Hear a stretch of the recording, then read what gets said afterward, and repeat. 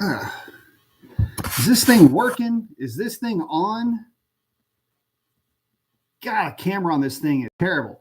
What's happening, everybody? Welcome to Mopar Chat Live. Open chat tonight, so we can talk about pretty much whatever y'all want to chat about. Put up a couple of videos this week, mainly talking about the EV stuff, only because it's about the only thing that we really have to talk about.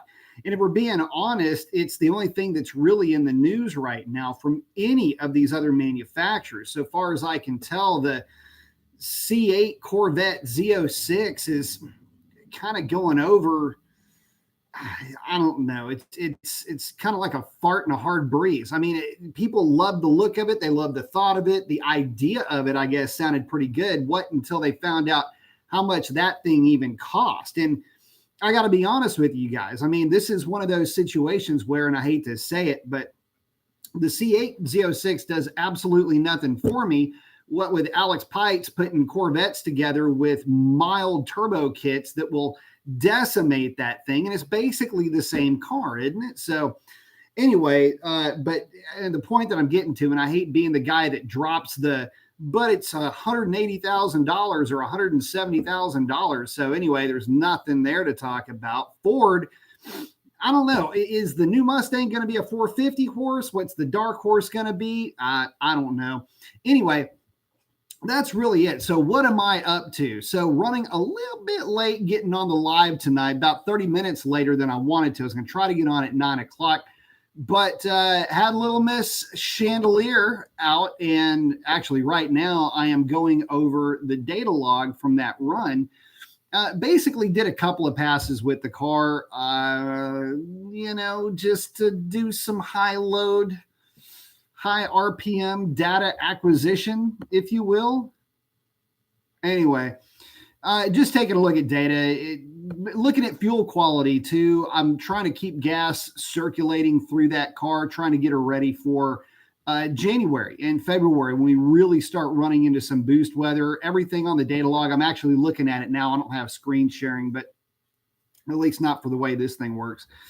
Anyway, looking at oil pressure, for example, the gauge was showing 75 PSI, which is pretty much it hanging on the oil pump base. There's all oil pumps, the way that they work. And I was going to try to get one to show you guys. I know some of y'all like the oil filter video. I was going to show you how oil pumps work. And there is just like there's a bypass on the oil filter, there is a pressure regulator valve on the oil pump.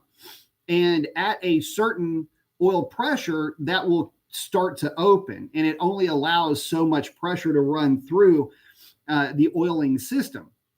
And so you don't overpressurize over other components, and it's just kind of a waste to run that much anyway. Anyway, so it was hanging on the bypass valve, just some kind of trivia data for you guys.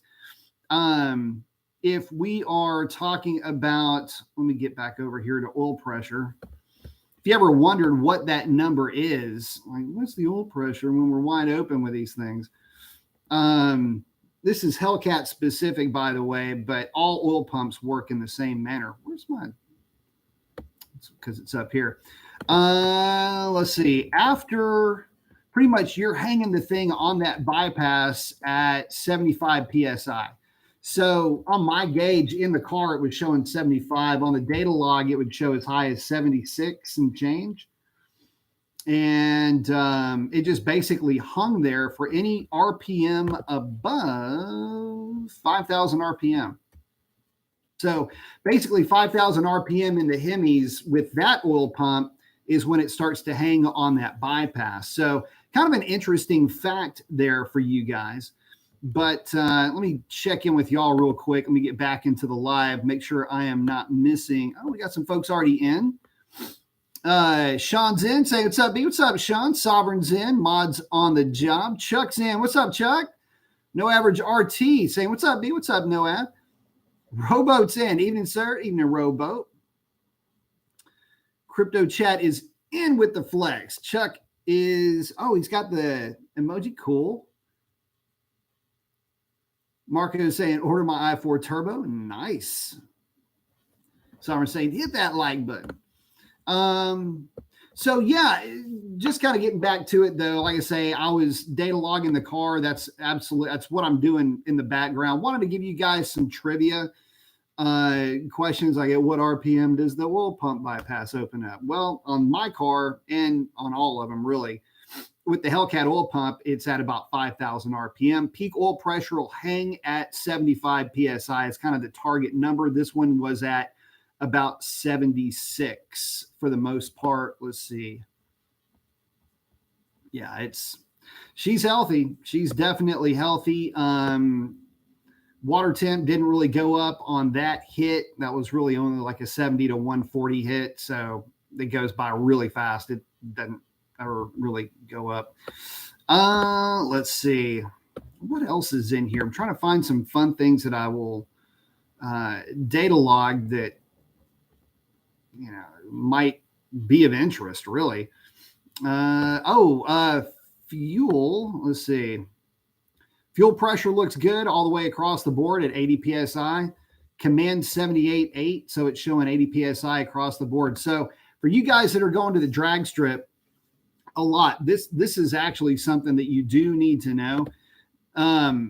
Anytime y'all are taking your cars to the drag strip, make sure you've got enough fuel in the car to where you don't starve the pumps. I've seen fuel pressure and injector duty cycle spike. My personal rule is that if the gauge when your fuel gauge says a quarter of a tank, put 3 or 4 gallons back in the thing and just make sure you're covering up that pump. I've seen fuel slosh cause yips. So, let me get back to you guys real quick.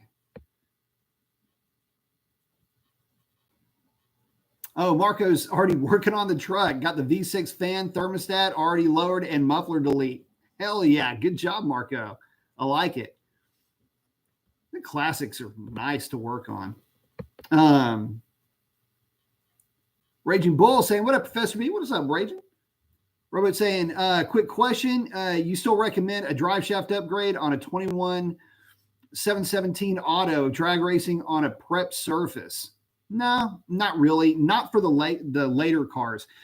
I did get a load of this, guys. I did a video, and I don't even know where it is. Probably somewhere in the, I don't know, my thoughts. I don't know. I think I've got like 600 videos now on the channel. A lot of them live shows. Anyway, if you go into there, I actually have my 2015 drive shaft. What all was in there? I had a 20. I forget what all. Anyway, I also did a test. If it's not in that video, because I've done a few drive shaft videos. The later drive shafts. And when I say later, I'm talking like 2018, really 2017 and up. Those drive shafts seem to have a little bit thicker wall thickness. So no, as a matter of fact, give you guys an idea as far as what kind of heat those things can take. The Orange Crush has been running the stock drive shaft for 4 years, give or take, maybe 3 years. And that car's running 10 teens, 10 20s in good air. Every bit as fast as my car. The only difference really is that his car makes just a little bit more power than mine does, which is hysterical considering I'm the one that tuned it, right? But anyway, 2015 and problems. But anyway, his car makes a little bit more power than mine. It's not as quick, but he's also a little bit heavier than me. So anyway, I don't think you're going to have any issues. If you're running on a drag pack, so you're running Hoosier DBR 28 1050s on the back, so you're not getting any wheel hop and your foot brake in the car, I don't see it being an issue.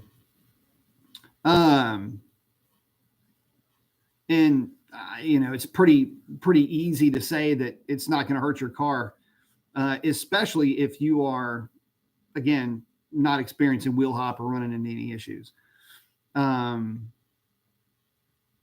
Chuck's saying, apparently Dodge is bringing back the 6-speed Tremec in the 2023 Hellcats, back by popular demand.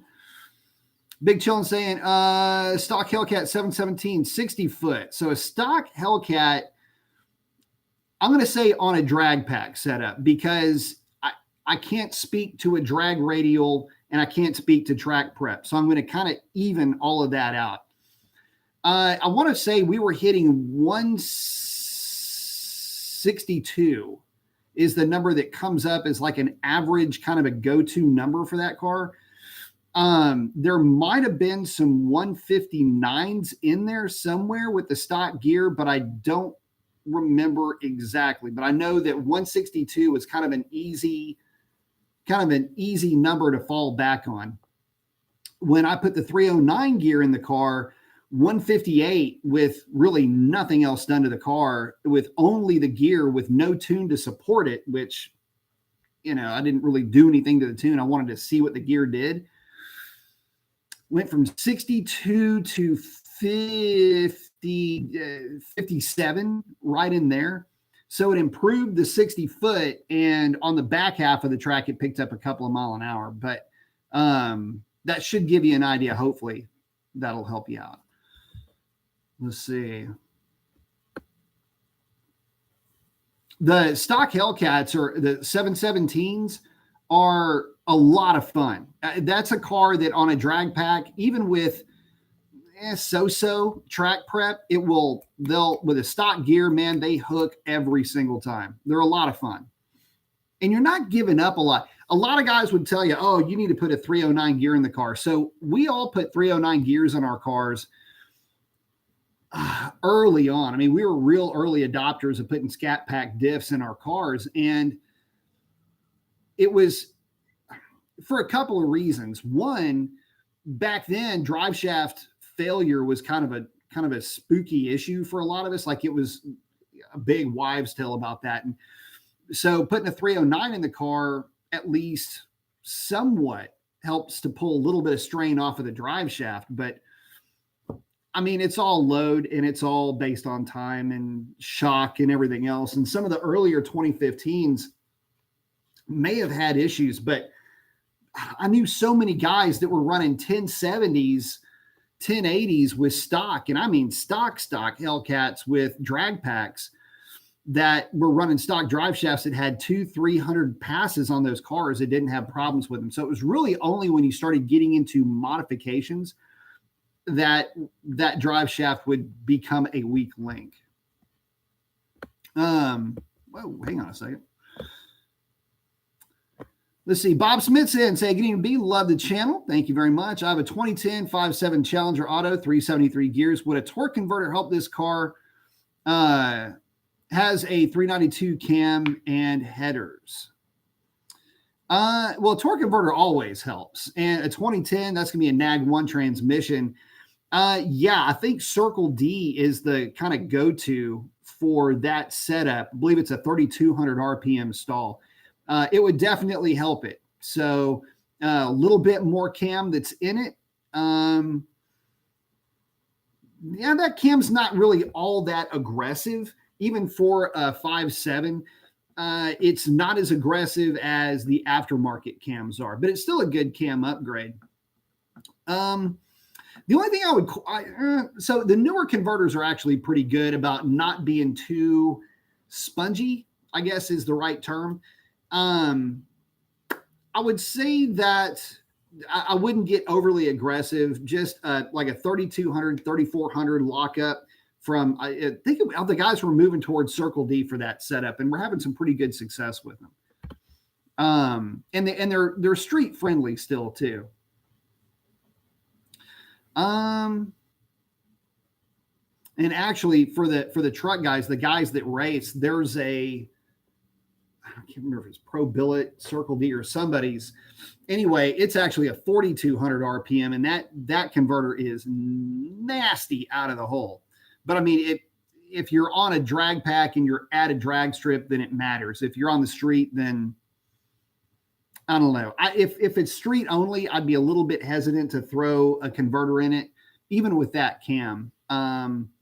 Because right now you're taking advantage of a combination that's going to be kind of snappy down low. And if you go too aggressive with that torque converter, it can take some of that out. Big Guy 45 is in, saying hello to everybody. What's up, Big Guy? Chuck saying Merry Christmas season. Merry Christmas to you, Chuck. Cap saying, how's it going tonight, B? I couldn't help myself and picked up a set of complete Eagle heads with springs and plugs for $100. Nice. Eagle heads are really good. If I throw them on a Pro Eagle with 075 gaskets to bring compression up to 10.8, would the stock Eagle push rods work? No, they won't. Oh, or should I get some slightly longer ones? And of course, got to get the arm flex. Actually, the stock gaskets would probably work, but I would still want to get new push rods anyway. Anytime you start throwing those heads on there, you're going to have more cam. You're going to want to spin it higher. It's cheap insurance, and they're not that hard to measure. So get them measured up, and then get your new set of push rods. Get a set of 080 push rods for it. And Comp can get you squared away. Texas Speed, I think, can get you squared away on that too. But it's always a good idea to do that. Again, don't allow, and the Hemis, remember guys, Hemis are weird. Okay. You've got this unbelievable set of cylinder heads, and even the regular, the 6.1 heads were a big swap for the 5.7 guys back in the day. They're really good heads. But one thing you got to remember is that you've got a really funky valve train geometry going on with these things. And with them being shaft mounted rockers, you would think, oh, well, that's a durability thing. Sort of. But the problem is it's not a roller. And the goofy angles and everything else in there adds load. Plus, you got a heavy valve, and you're going to want to turn RPM with this thing. So it's everything that you could possibly think of that is counter to, well, good valve train and stability. And the thing that's going to go first is going to be that push rod. Back in the day, a lot of bent push rods in Hemis. And it was because guys were not putting the 080 push rods. That's just the wall thickness. They weren't putting the thicker push rods in there and trying to spin these things with any real amount of RPM, and you for sure get a misfire code pretty quickly, but the car starts running like crap out of nowhere, and it's because it's got a push rod that instead of being straight is bent. So anyway, that's what happens. So getting back to my whole data logging over here, actually, it's freaking December and we got to turn the air conditioner on. Can you believe that? What in the world kind of world are we living in? Here we go. Muggy and hot, by the way. But let me get back to my data logging here real quick. Like I say, if there's something y'all want to, any curiosities about data logging, there's really not much to it.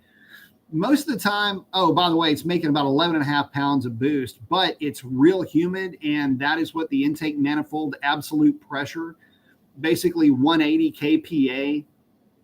Barometric pressure is 101, so basically it's got 80% over barometric pressure as the manifold pressure. So 80% of 14.7 should put you at like 11 point something, but a chunk of that pressure is going to be water vapor. So, and I know that I'm just looking at the air charge, and I can tell you it's got a healthy air charge, low timing figures, because it's calculating.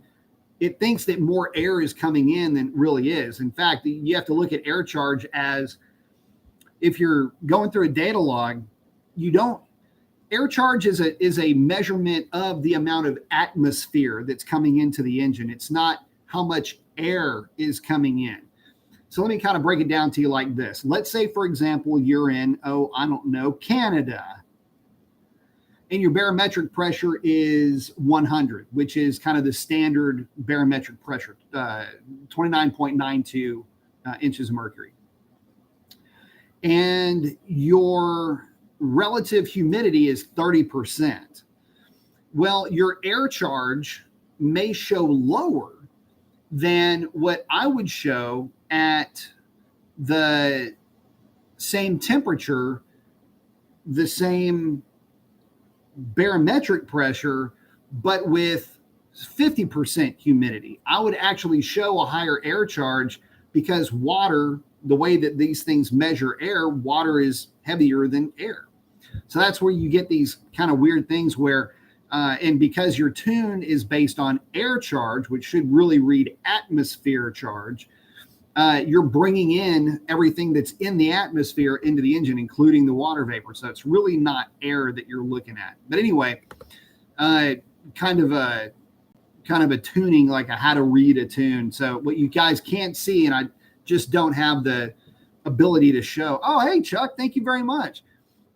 Question saying, is all synthetic oil the same? No. Like Pennzoil versus Quaker State, don't buy Quaker State.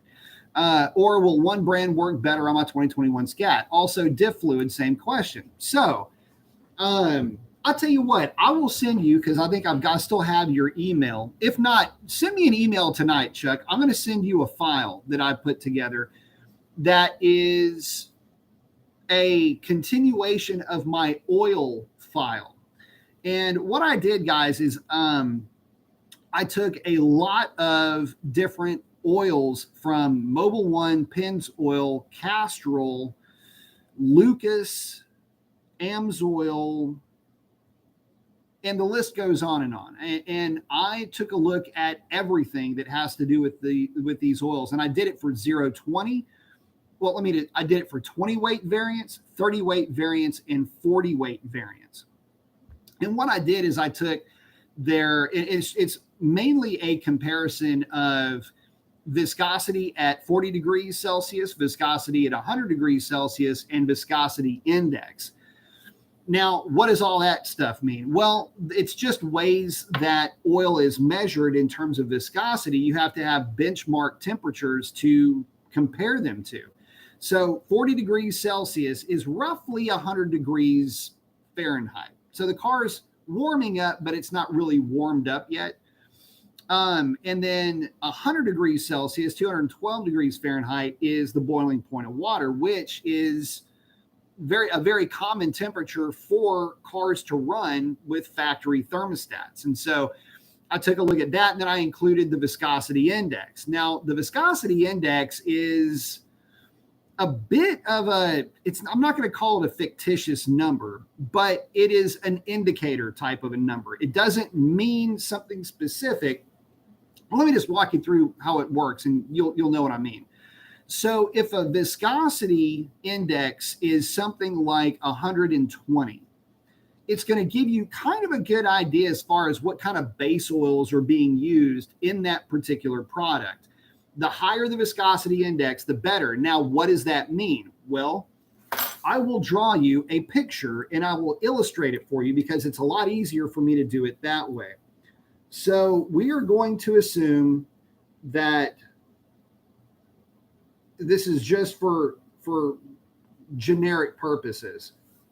On a graph, your X and Y, okay, let's say that the points of one oil for viscosity, let's call this 75, and we'll call this point 13, okay? This point would represent the viscosity of that 40 weight oil at 100 degrees Fahrenheit. This number over here would represent that oil's temperature at 212 degrees Fahrenheit. And so you can kind of plot it just like that. Just like that, okay? Now, let's say that oil has a viscosity index of 170. So we'll show that right here just so that we all know what we're talking about. And if it's coming in backwards, I apologize. So another oil may have a viscosity at 40C of 82. And that would be up here, okay? That 82, but it could have a viscosity of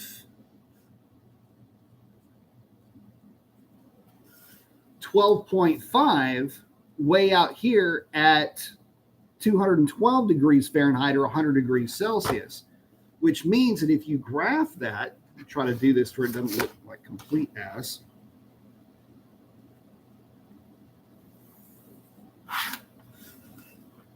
You'll get a chart that looks like this. Notice how it intersects this number, or this line right here. So imagine this just keeps going and going and going to a temperature. Let's say at 240 degrees, 250 degrees. Oh, and that other oil, let's say it has a viscosity index of 150. It's not exact, but you'll get the idea.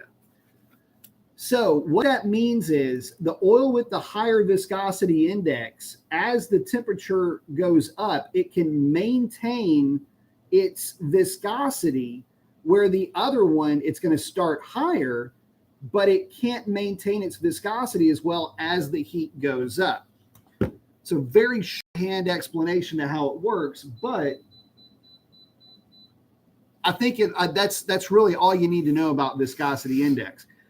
So it's going to be more indicative of a higher base oil, a higher tier base oil, to have a higher viscosity index. It does not lose its ability to lubricate or lose its, what I should say is, it doesn't lose its viscosity or its sheer film strength as quickly or at a rate that another oil would get to. So that's hopefully explaining it a little bit to you. But yeah, quite a bit goes into that. And it's kind of an interesting thing too, when you start to break it all down. Yeah, I think I just got your email there. So I will, yeah, just got your email, Chuck. So I will shoot you that file. It's kind of neat, and it gives you something to go over. And in that, it's an Excel spreadsheet. And in there, I give you an idea as far as, okay, here's the breakdown as far as what's normal. You get an average for the field. There's a lot that I put together in that. So when you see it, it'll be pretty cool. And you can filter it however you want. You can filter it by viscosity at 100 degrees centigrade. You can do it at 40 centigrade. You can filter it by manufacturer. It's all up to you.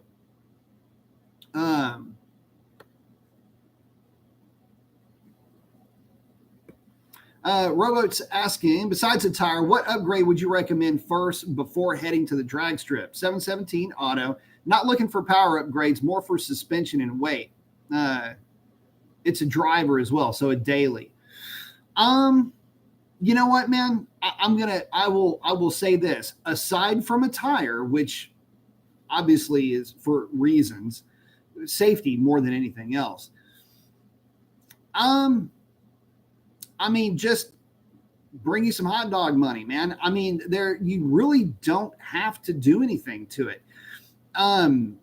There's nothing in terms of suspension that you need to worry about. They come just fine. And you got to remember, we were running we were some of the first people to run actual 970s with as delivered demons. With stock, I mean, all stock suspension. You really don't have to do anything to these cars. A diff brace would be a good idea. Just make sure that depending on which diff brace you get, you're not really driving the anchor bolts into the cradle too hard. If you've ever installed one, you know exactly what I mean. You want to just use them as locator bolts. But aside from that, I mean, like I say, a diff brace probably would be the only thing that I would recommend. Cradle lockout, maybe it helps. I don't, at your power level and mine too, we just don't really need it. Plenty of demons out there running plenty of, 970s, 980s, 990s without any of that. So, bro, I just say get out there and have fun. Practice. If you want to know what modifications I can give you before you go to the track. It's a healthy dose of practice. I am a huge proponent of playtime with your car. If you can get involved in an autocross, for example, they're hell on tires, but if you've got the ability to get out there and play around with your car in that way, it'll actually help you with the launch, helps you with throttle control, things like that. But any chance you get to practice and play with the car is just going to translate to a better understanding of how your car is going to react in a multitude of situations, and it'll be a lot more fun. The more you can play with it, the more you can do with the car, then the better off you'll actually be with it. So that's what I would do. You really don't have to do anything with these cars. That's the thing. I mean, like I say, there's no hard parts. There's no hardware that I would say, yes, you have to have this. None of that. You don't even have to get it. Listen, I was running 10 teens, even ran a 1010. No, I didn't. That was with the JLT. Anyway, I was running stock filters for forever with these cars. So, I mean, there's no need to do anything. They're that good. And that's, I mean, one of the cool things about the Mopars, guys, you don't have to do anything to them to keep them to, you know, they're durable and they're really good from the factory. So, this thing's got a funny little sense of humor. There we go. Let's see. And again, thank you, Chuck. I appreciate it, buddy. Oh, Callus99's asking, at what air temperature cold does it become too dangerous to go to the drag strip? It's not an air temperature, it's a track temperature. I would say that in ambient conditions below 40 degrees, you're not going to have enough tack on the track. So depending on your power level and how you got the car set up, in other words, like a set of Nitto drag radials, or are we talking a set of Hoosiers? But I don't like to see much lower than 40, primarily because of track temperature issues. But another thing is that, let's say early in the morning, it's 30 degrees, let's say it's 39 degrees or 37, whatever. Depending on where you live, it can be that cold and still have high relative humidity, like what we deal with down here. And let's say your density altitude's negative 1,500. 1,700 in that respect. You'd actually be better off running the car in negative 1,400 with a lower humidity number. So that's the other side. Plus, you want to make sure the track gets enough heat in it. So, like I say, 40 is kind of the cutoff number for most tracks. Some are as high as 45. If there's one that's any higher than that, I haven't heard of it, but it doesn't mean it's not out there.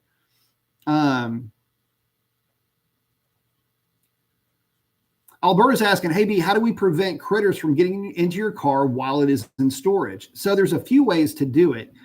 First, the sound emitters can help, but the main thing is to get those big box traps. I mean, a lot of times you can't really keep them from getting in there, but you can definitely discourage it. There's, there's nothing that's going to keep one of those damn things from getting in there and gnawing on wires. But if you've got the big, like the professional grade box traps, and you're preventing the mice from just being in the area because you've killed off any of the ones that are around there and they're not going to be around there for too long, that's really the main thing. So the best, an ounce of prevention is worth a pound of cure. Before you put your car into storage, which is a little bit late for most guys now, but before you put your car into storage, might be a good idea to get the traps out and just start killing the things before you put the car into storage, and just keep on top of that. That's the best advice that I can give. I've heard of guys that have, put mothballs around the cars and things like that. I'm not so sure that works. It might, but it's a lot better to, a dead mouse is the best mouse when it comes to that kind of stuff. So,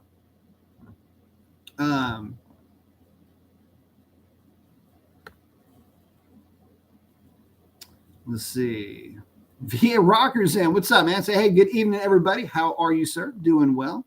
Sovereign saying, hit that like button. Yes, hit that like button indeed. Where are my spectacles? I always forget that I need to use those things. Chuck saying rodent bait stations under the car. Absolutely. Give them something to go after first, and then that's what you're going to need to do. Kill them all. Big guy saying, hi, Night and Chuck. What's up, big guy? Let's see. Big guy's checking in. But yeah, there's not, like I say, there's not a lot you can do. Like when you're putting the car into storage, again, anything you can do to make sure that they are dead is the best way to go about it. So, anyway, so guys, yeah, I put up a couple of videos talking about the EV stuff, and it was kind of fun walking through the thought process with those subscription-based upgrades. What'd y'all think about those? You know, it was kind of funny because the idea behind the subscription-based upgrade for me initially was, I mean, it was like throwing cats on a chalkboard. I was like, that's a terrible idea. Like, why would anybody fall for that?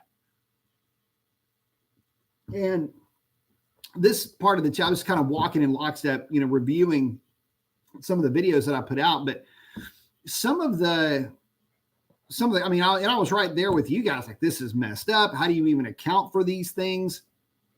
You know, if you bought it as a permanent feature, how do you depreciate software and all this other stuff, right? And El Diablo RT had posted up the idea, like, look, man, why don't you think of it like it's a lease? It's already a service. And I read that and I thought, golly, that is a brilliant freaking point. So that's why I put that video out there. I didn't even consider the idea that a lot of folks would be leasing those cars. And so it's just such a foreign concept to me. Like, it's a lot like saying, hey, we're going to put a supercharger on your car and you can play with it for a weekend, but we're going to come snatch that thing back off your car after the weekend. I mean, would you do that? That's the other funny thing is, if you knew that your car was built to handle the power and it cost you, I don't know, let's say it cost you $100 for the weekend subscription or a week-long subscription or whatever to have, you know, I gave the example of going from 500 horsepower to 650 horsepower or whatever. And anyway, it was funny because would you pay that much to have another 150 horsepower for a short amount of time? And I mean, it's such an odd concept. And it would depend on if the hardware was such that because it is underpowered, it is far under stress, which could mean that it's a lot more durable, a lot more robust and everything else. Anyway, it got me to thinking about that in a lot of different directions. So that's why I did the, how do you say, the point counterpoint type of videos with that.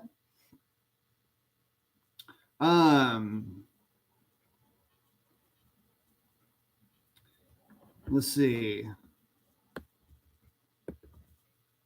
Oh, Sovereign's got the B Mason's recent EV related video. Yeah, it's kind of a cool thing. I had at one point, you know, I was looking at that and I've got some friends of mine that are extremely anti-EV. For me, it's just another powertrain. I mean, I love all of them. So if there's a way I can hot rod it, tune it, if there's, you know, a way to do whatever I can to it, I'm going to look into it because it, you know, it might be neat, could be fun.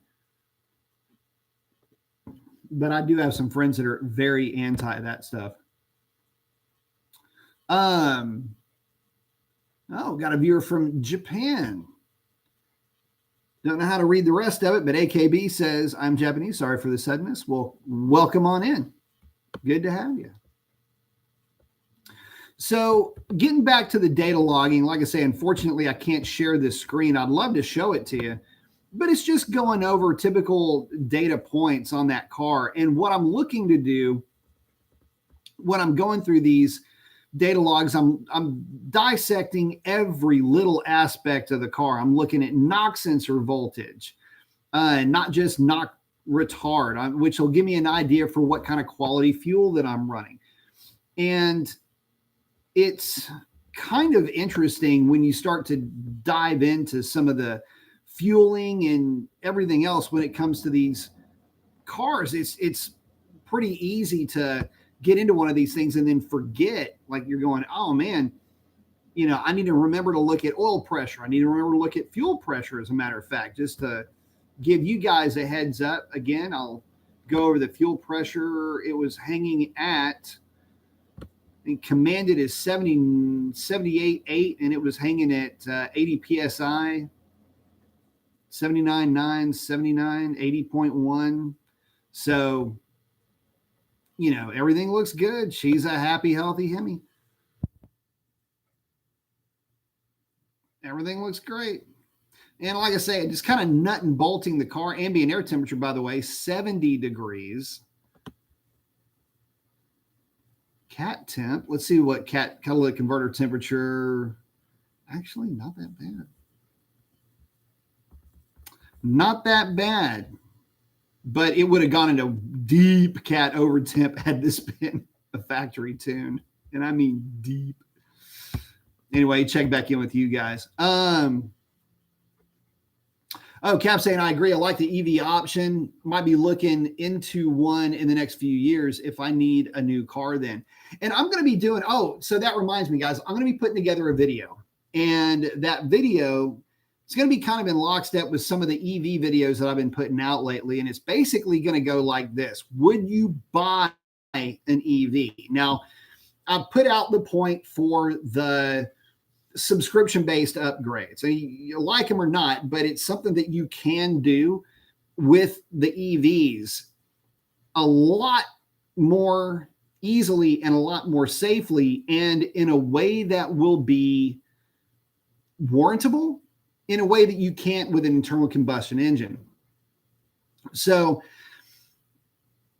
with my experience with electric motors just in general, and with my RC experience and everything else that comes with that, I know what electrics can do. And I know that I just know how powerful they can be. So for me, I'm just kind of giddy about it because, again, it's just a powertrain for me. But anyway, the video is going to be, let me get back to my point. The video is really going to be, would you consider buying one, or would you more than likely lease one?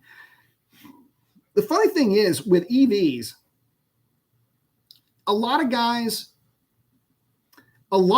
don't get that connection with an EV. You know what I mean? Like you don't, and this is a conceptual thing, right? But you ever notice nobody ever, I don't know if anybody names an EV, okay? Like there's not that anthropomorphic quality that you give an EV yet, anyway, the way that you do internal combustion engine stuff. I think it's a familiarity thing.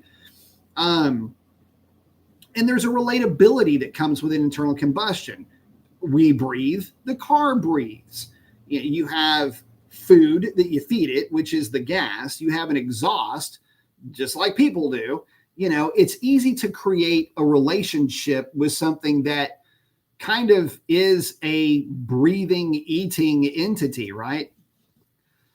Well, EVs, that's not really part of the case. I mean, yeah, your brain works on electricity, but it's just kind of weird.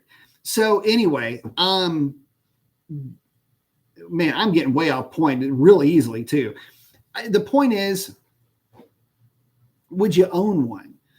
And I guess the reason why I'm asking that is because it's all beta technology right now. You're beta testing this. Y'all know that, right? Like any EV that comes out, you're beta testing it. Even if it's a Tesla who's been in the game longer than anybody. by the way, it was fun when I lived in NorCal, Millbrae, Mountain View, where the plant was, up in La Honda, that whole area. When you would see the Tesla Roadsters on the side of the road smoking, they were hot rodding them through the Tesla. Anyway, it was a lot of fun back then. But there's a if you haven't noticed yet, it's really easy for me to get off track, which is why it's so hard to put videos together. I will tell you the story about that last video that I put up too. It's actually pretty funny, but it's hard for people to get a connection with the car. It's a beta test thing where how long is this thing really going to last? And y'all, I've said this before and I'll say it again. There is nothing automotive related. How do I say this? There's nothing automotive related that I can think of that is more pitiful than a used EV. Let me walk you through the reason why. So think of like a Model S. I'm not talking about a Plaid, not a P100D, like a P80 or just whatever, some generic Plaid. Okay, so when they are traded in or sold or however this transaction took place, when they change hands, they're just a used car. And haven't you noticed cars that experience worse than average depreciation? Because again, how do you depreciate an electric motor? You know what I mean? Like, it doesn't wear the way that an internal combustion engine does. You don't have to worry about maintenance with an electric motor the way that you would have had to have worried about maintenance with an internal combustion. So does it not depreciate as fast? Or does the battery replacement alone create an issue for, yes, fast depreciation? Anyway, you can see where I'm going with this. Nobody knows the answers really to this, or they're just learning how to make this work. The patterns are just now emerging. So when you see a used EV in a parking lot, it's almost always, God, am I going to say this out loud? You get this pregnant ex-stripper thought that kind of clips through your head. Only reason why I say that, I was meeting a client for lunch and I pull into this parking spot. I'm right next to a Model S. That's why I bring up the Model S, by the way. And it had paper plates on it. You could tell it was a used car. The inside of this thing looked like a freaking daycare center. It was god awful. I mean, I could only imagine the interior of this car smelling like baby vomit and dog farts. I mean, it could not have been a pleasant driving experience.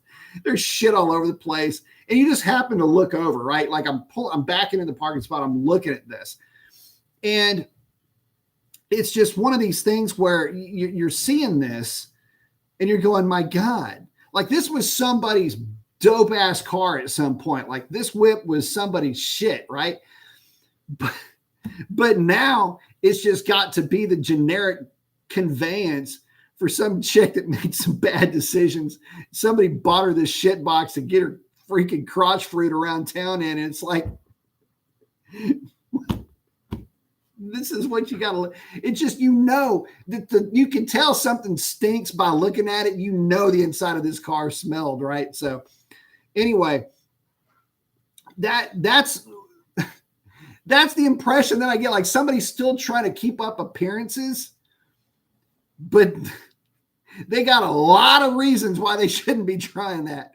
It's kind of like a old ass BMW. Y'all know what I'm talking about, right? I'm not just y'all know what I'm talking about.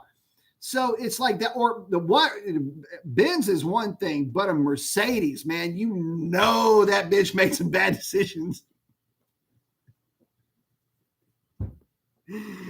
Oh man, she had her face in the wrong crotch. Anyway, there's got to be, but it's always a Mercedes, right? And why are they always wrecked? It's the BMW chick. At least she's on her way somewhere. Like, you know, that she fucked up a little bit, but she's working towards a positive end result, right? Like she's trying, you know. But the chick in the Benz, dude, They always got the damn and they don't ever dress right. Like it's never an appropriate thing. And you're always what? How do you get so many dents in a Benz? Anyway, that's a used EV to me. And so I guess when I like, I don't know if I could ever own one. Maybe a lease, but not an ownership thing, because I don't feel like I could ever just warm up to the idea that my car's whole performance envelope is going to be dictated by a continuously it's a degrading power supply with the battery. Decaying is the word I was trying to find. So over time, the battery simply loses its capability to hold a specific amount of charge, if you will. And that can translate into a lower performance envelope.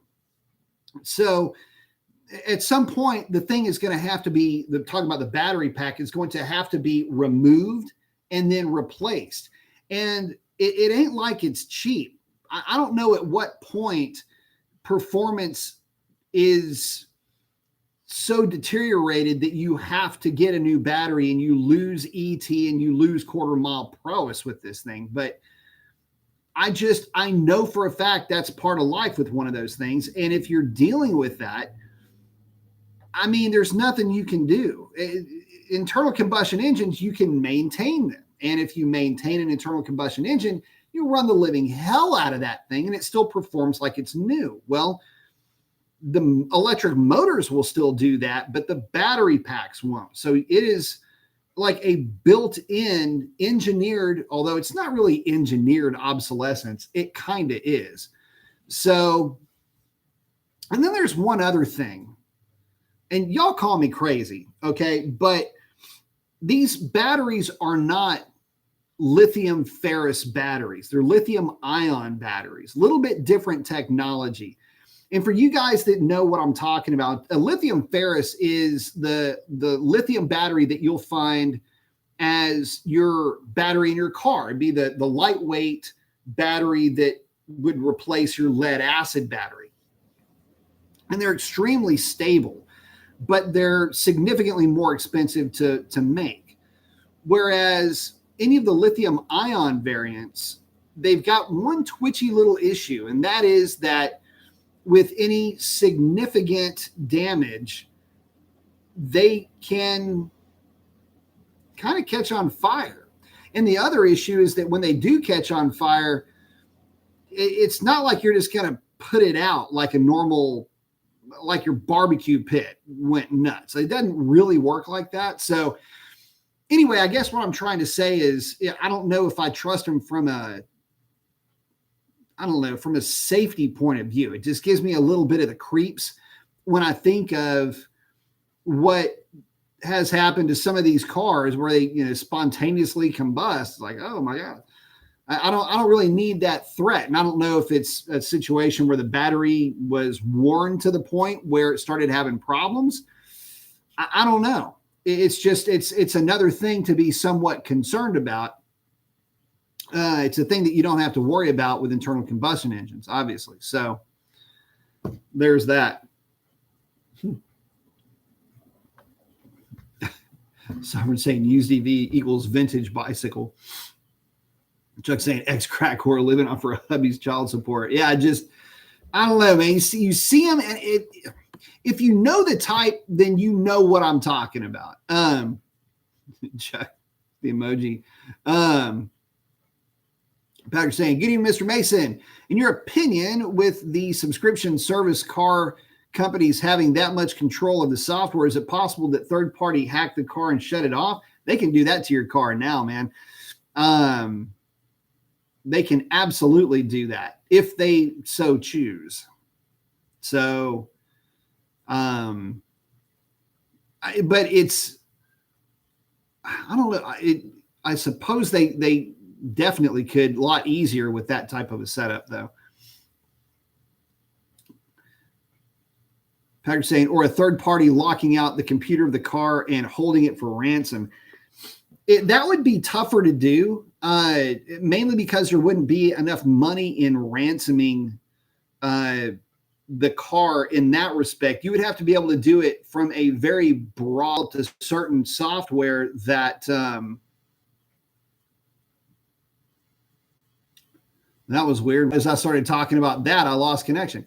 You would have to say that you'd been able to develop a software that could broad-base disable hundreds or thousands of cars at a time for that to really be an issue. And it's really not how it works. It's extremely vehicle specific. So it would be like having trying to unlock a lock with 16 places, for example, to do that. Just with the way that these things are encrypted. Not saying you can't do it, but it would be very difficult to do it.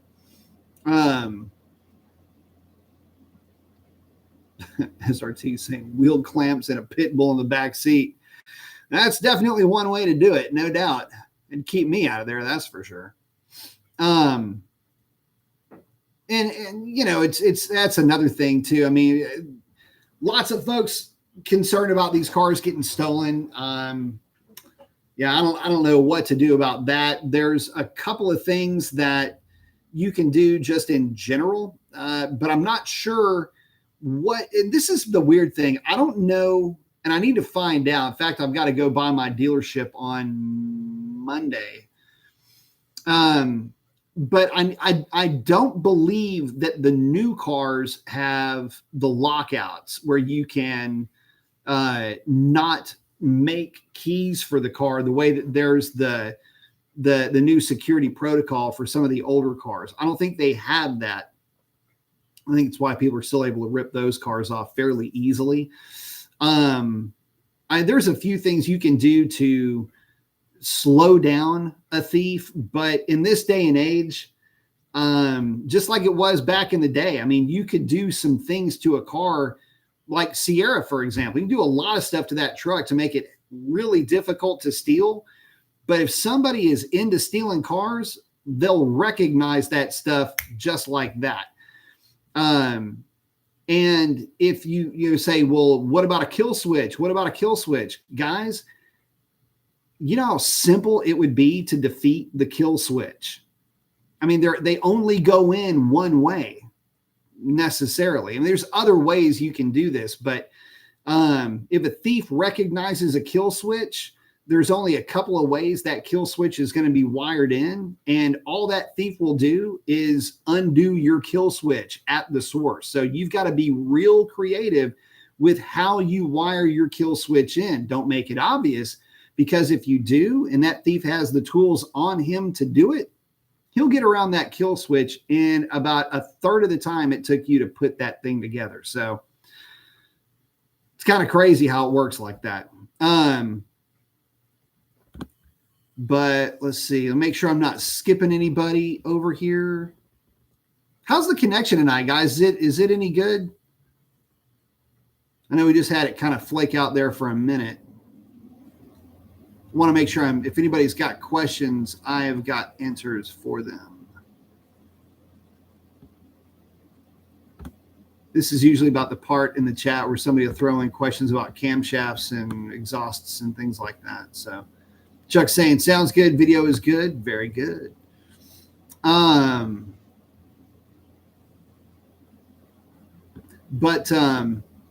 Yeah, for guys that are concerned about your cars getting ripped off, I mean, like I say, you can get a Faraday pouch, which is just the thing that doesn't allow the signal to go back and forth with your fob. The issue, a lot of the issues, the get in and go feature of that. So it's always out there pinging. So if you have a get in and go car, that can be one of the things that they can just pick up on that fob, but put it in a Faraday pouch and you'll usually be okay. But again, if somebody wants it bad enough, they gonna get it. So that is a fact. Chuck saying locks only keep the honest people out. Yeah.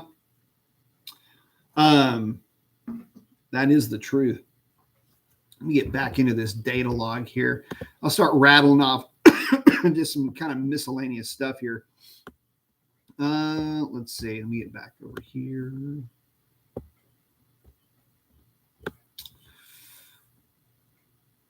Control module voltage. That's always a fun one. That's just battery voltage usually. On this run, I am running a fuel level input of 32.9, so about a third of a tank. Short-term fuel trims are looking good at wide open throttle with this car. I always like to see a negative value. You never really want to see the car adding fuel. So in tuning cars with cams, you'll see where, like, if you were to just leave your VE move the car from neural network over to the VE table, and you would see the, neural network would really be freaking out. But anyway, you don't want to see it be pulling fuel, but cam cars, it's got to throw fuel at it when it starts making more power than stock. I always like to see like -3, -5, something like that. And this car's factory injector stock stuff, so it's all good. It's all within the noise. It's all looking really good. What I don't like to see though is if it's adding fuel, that usually means your fuel trims aren't really where they need to be. And if it really starts adding fuel, a lot of times that means that there's an exhaust leak somewhere. So you're going to need to get that looked at. Stat. What else is in here that I can share? I mean, knock sensor voltage, no big deal.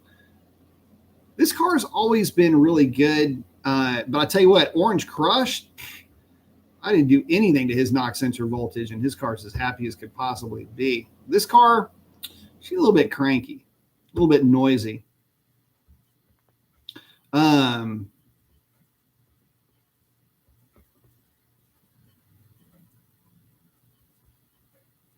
Oh, Cap saying I'm thinking about putting a kill switch in my 6.1 car. Definitely. I mean, I would consider doing it. If you are thinking about doing it, then yeah, absolutely do it.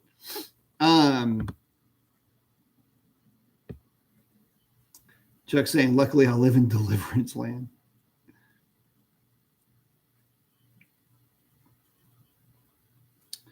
Ryan's asking, new Power Wagon. It's got the truck 6.4 with a torque storm.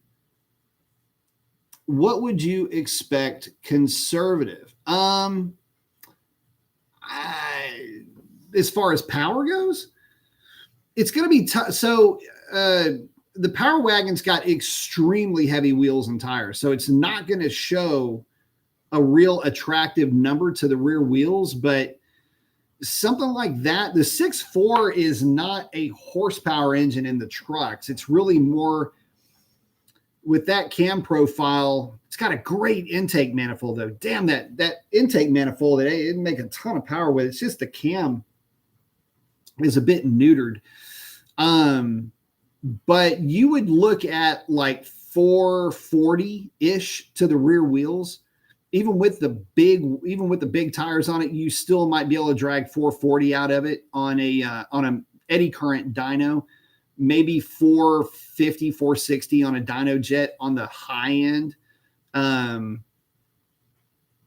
But I wouldn't really expect much more than that. And whoever's tuning it is probably going to yank about 2 degrees, maybe 2.5 degrees of timing out of what he would normally tune one of the 5.7 trucks. Mainly because of just the weight of those tires. There's a lot of load there.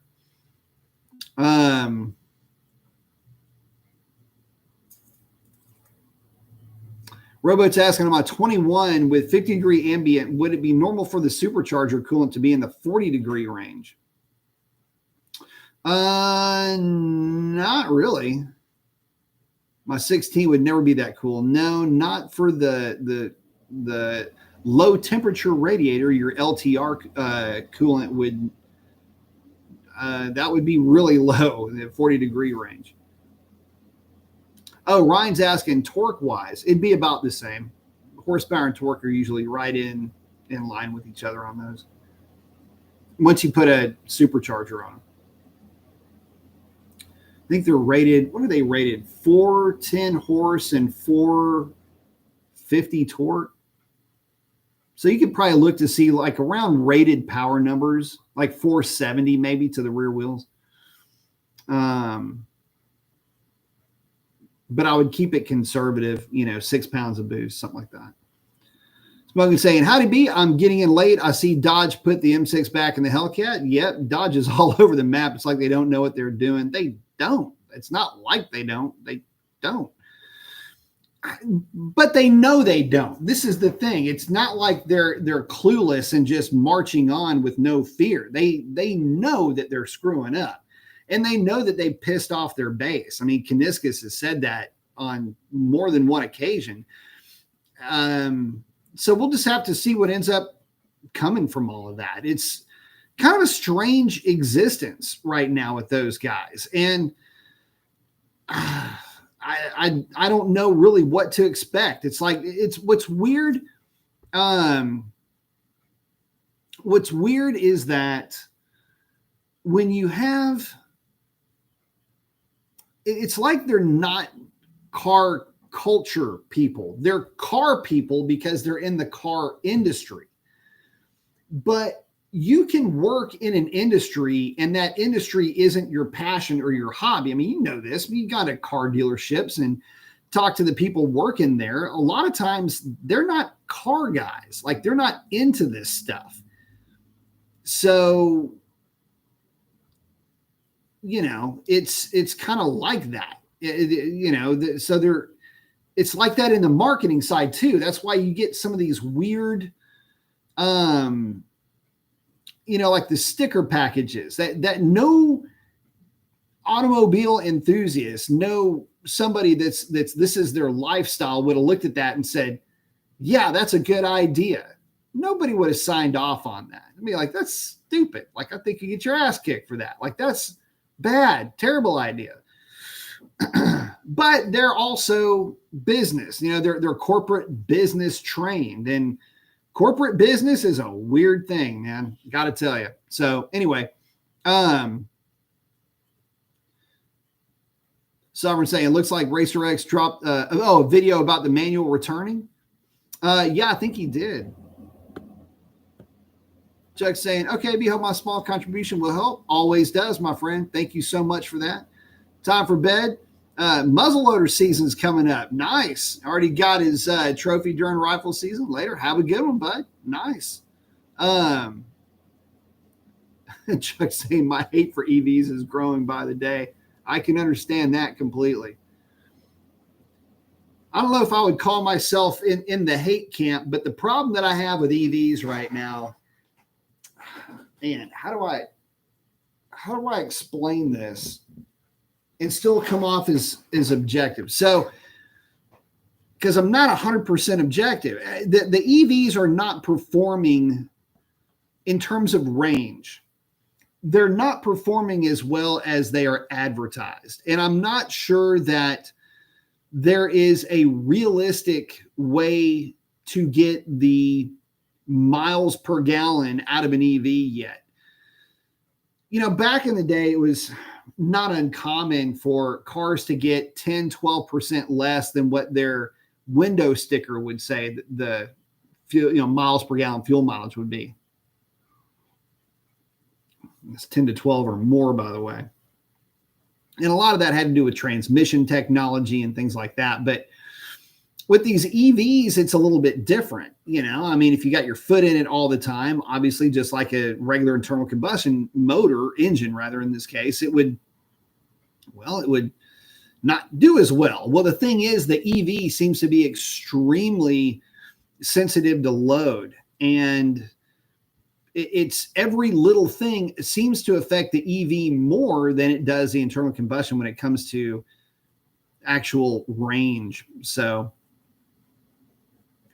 Someone's saying we're not ready for electric vehicles. The problem with electric vehicles for me, and this is one of the reasons why I really don't like them, is that first of all, I feel like it's a forced thing. And two, if you can't afford the EV or you don't own a house, where you can charge the EV, or if the EV bursts into flames at your house because of battery malfunction or whatever, there's a lot of downside to the EV. So let's say you are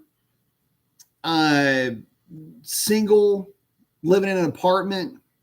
How are you going to charge an EV? Y'all heard me argue that before, and it's a bad position to put somebody in.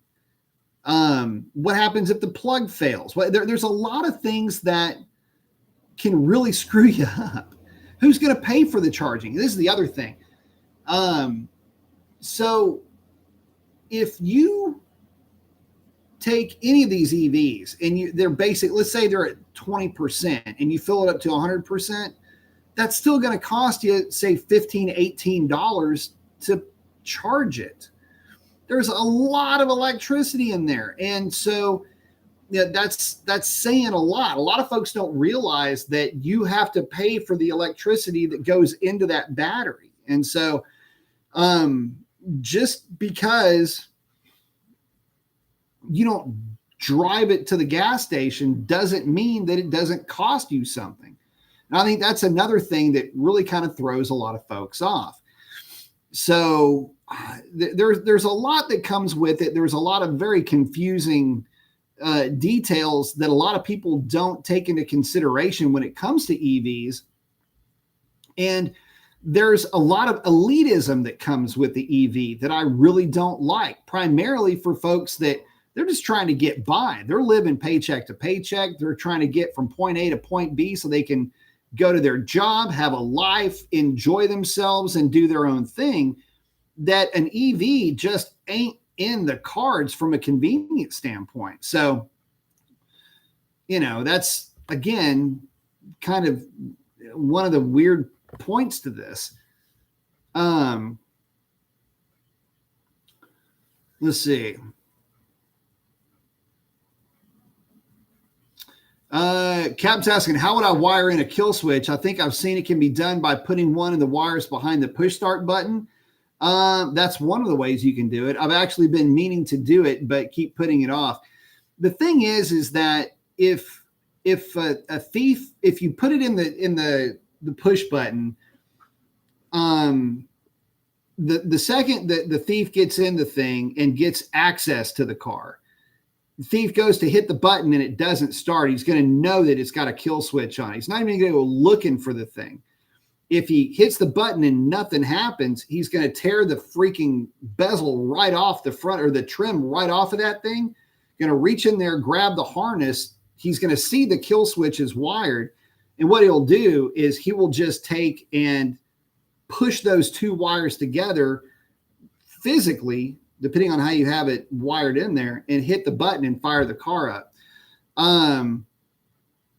So you can still kind of get by with it hooked up like that. Some guys are looking at the fuel pump as a place to wire in a kill switch, and that would be a 9-carat pain in the ass. I would probably look to the fuel pump wiring as a kill point before I started messing with the button itself.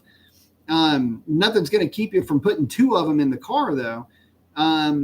So there's that. But if I were to do it, I would put it on the fuel pump, because you have to have a specialized tools. Well, you don't have to have specialized tools. You can just pop everything off and get access to the pump itself. But if you have it wired in the harness somewhere downstream, that would be a lot tougher. And that's probably what I would do. And then you just mount the switch wherever you want to mount it. It could be anywhere. And at that point, it's just, okay, where's some convenient places to try to find a switch. But, again, that's probably the route that I would go, is track back some of the wiring, hook in the kill switch, run everything back through factory looms, and use that route instead. Let's see.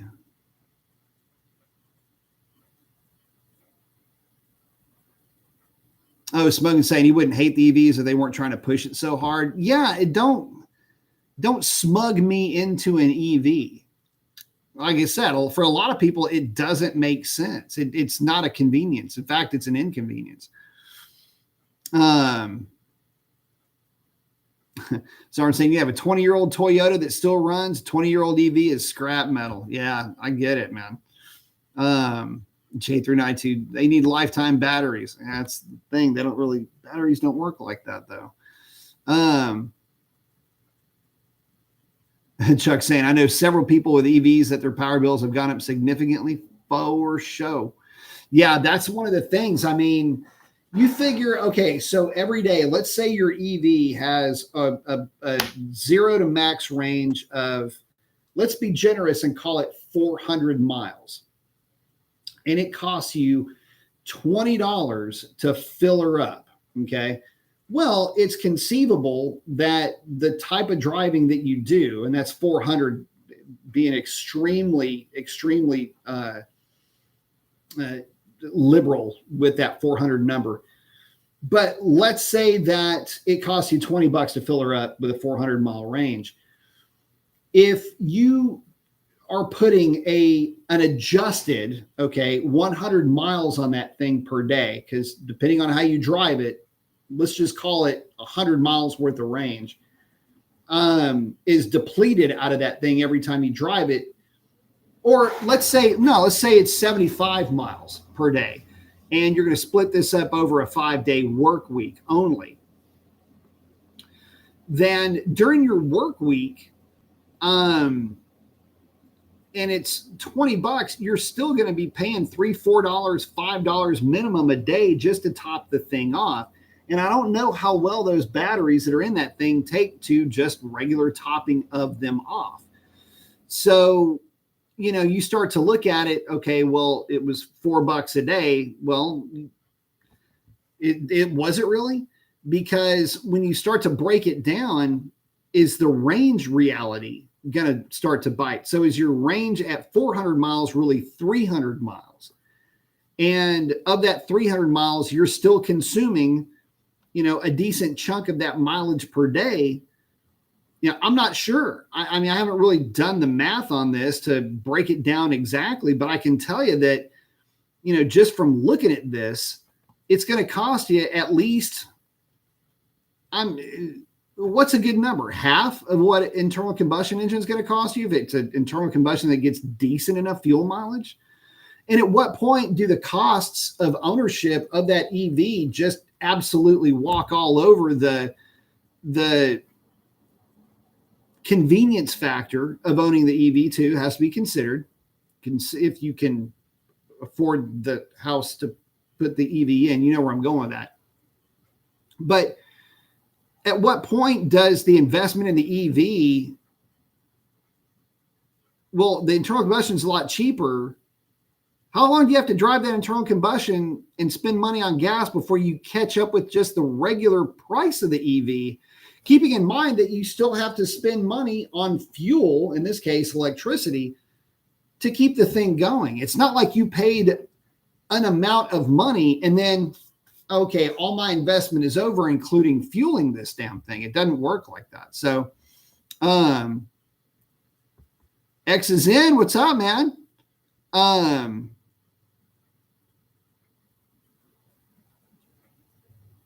I can say, what up, Professor B in chat? What up, man? Well, and Sovereign's also, as the battery ages, capacity drops, you'll have to charge it more, and it could end up being a bit of a feedback loop where you're charging more, you're getting less out of it. I don't know. It's medical. Hey, listen, I tell you what, it's a tough proposition, guys. And I get it. I know a lot of guys aren't into the EV thing. There's a lot of things to consider. Again, it's not proven technology from a long-term point of view, regardless of how well tested you might feel like it is. It's just kind of not. But anyway, it's an ongoing thing, and we'll see what ends up happening with that. But as it progresses, the business model is going to change with the auto manufacturers. And it's just curious to watch that process unfold and how manufacturers will go from vehicles that people look at as a lifestyle and vehicles that people look at as just an appliance. And I have a feeling that more and more consumers of that particular type of car, this being an EV, are going to treat them a lot more like a disposable item in a way that they just don't treat cars today. Even folks that don't like cars or who are not into cars understand the connection there. I think some of the folks, when you get into the EVs, they've got a lot of convenience for some, but not for everybody. But they just don't seem to have that connection. I just hate EVs. A lot of folks do, man. Some are saying that's why Toyotas won't go full EV. It's not ideal at the time. Hydrogen, he's talking about hydrogen being more practical. If we could have it generated by green, here's the problem with hydrogen. So you've got a lot of problems with hydrogen. One of the issues with hydrogen is storage. It's just extremely inconvenient because of the low energy content with hydrogen. You have to store a lot of it in a gas form. You can try to store it as liquid hydrogen, but it doesn't. Okay, so liquid hydrogen, as it heats up, you can put it in an extremely well cryogenic, container.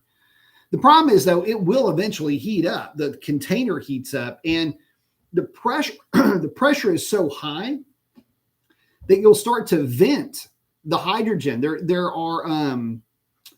are relief valves that will start to relieve the pressure in that vessel. That's why whenever you see the rockets, remember you'd watch like old videos of rockets that were going up, that what is venting out of the side of that rocket is oxygen in some cases, and in some other cases, hydrogen. It's because that gas is compressed to the point where it's a liquid, but it's heating up just sitting there. And so the pressure is getting greater and greater and greater as it's expanding in there, heating up. So they have to vent that off. Same thing happens if you try to run hydrogen like that. The other issue with hydrogen, I believe they have a high NOx value, but that's really neither here nor there. The other messed up part of hydrogen is that you don't get hydrogen through water electrolysis. It doesn't work like that. It's not energy efficient enough. First of all, law of thermodynamics will explain pretty clearly that the energy that you put into separating the hydrogen from the oxygen in water, for example, is greater than the amount of energy that you get out of the two molecules, or in this case, the two elements on their own, if you were to thermodynamically recombine them with other molecules. In other words, burn them. So where do you get the hydrogen from? Well, you get it from, wait for it, you guessed it, hydrocarbons. There's a lot more hydrogen in a hydrocarbon than there is in water, and breaking those bonds is easier, but it's still not going to be able to you're still not going to break the law of thermodynamics, and that it's more energy to break it apart than it is to just burn the stuff. And it's a lot easier.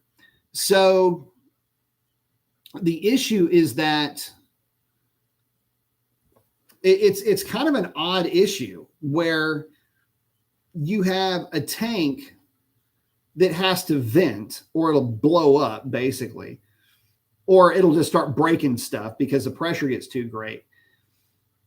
So you have a storage issue and a how do you make hydrogen issue, and it's not very clean. Hydrogen is extremely dirty from that point of view to extract.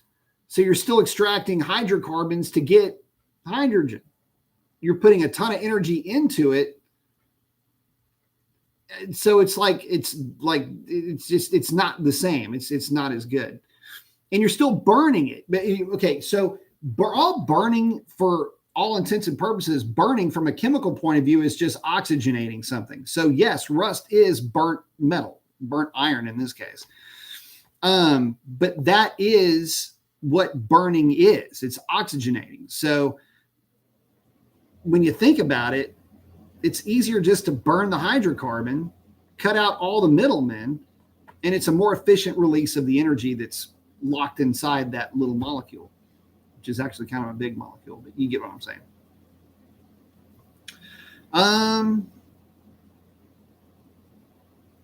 MotoX had got first EV car as a 10-year-old Eldon Power Ride red Corvette. So nice. So slow it didn't need brakes. 6-volt lead acid battery charged nightly. Next 3 cars were Mopars. Nice. Ryan said, I'm kind of wanting to build a power wagon, newer with a Ford set of drop-in pistons, 11.5 to 1 compression, and a torque storm at maybe 8 pounds. 11.5 to 1 compression is going to be tough for something that heavy with a supercharger. I would probably look at like 10 to 1 just to give you a little bit of a margin. Actually, 9.5 to 1 would be better to give you a little bit of margin of safety for NOx sensitivity for that thing. Fuel quality issues mainly.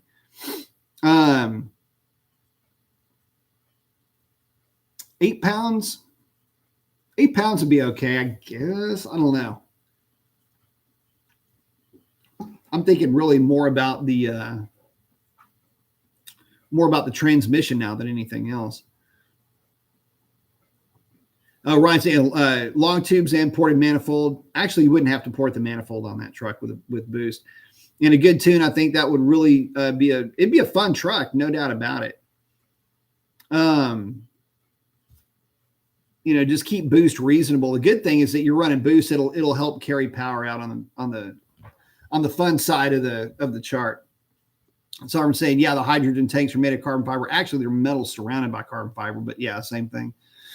And then Sovereign saying, yeah, Toyota's using the hydrogen in a fuel cell, not in combustion. In that case, yeah, it's just a form of battery in a way.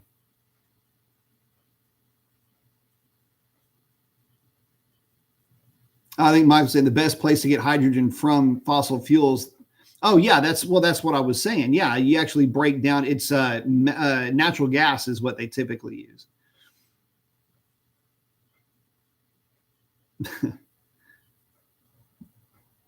Ryan saying helium, that'll help make it lighter, right? Well, guys, with that, listen, we are coming up on an hour and a half. I've got to get this thing wrapped up. I'm going to finish going over data and get everything, I guess, wrapped up with the car. Looks like everything's looking good. We're just going to keep running that thing, keep fresh gas in it, and get her ready for boost weather. January, February are coming. So we shall see how she runs then. But with that, guys, I got to get out of here. So get out there and do something cool for somebody. Chances are they need it way worse than you know. If you're going to sin it, don't bend it. Keep your shiny side up. And with that, that is a wrap. Love each and every one of you guys. Would not do this without you. We will catch y'all on the next one. That's a wrap. Adios.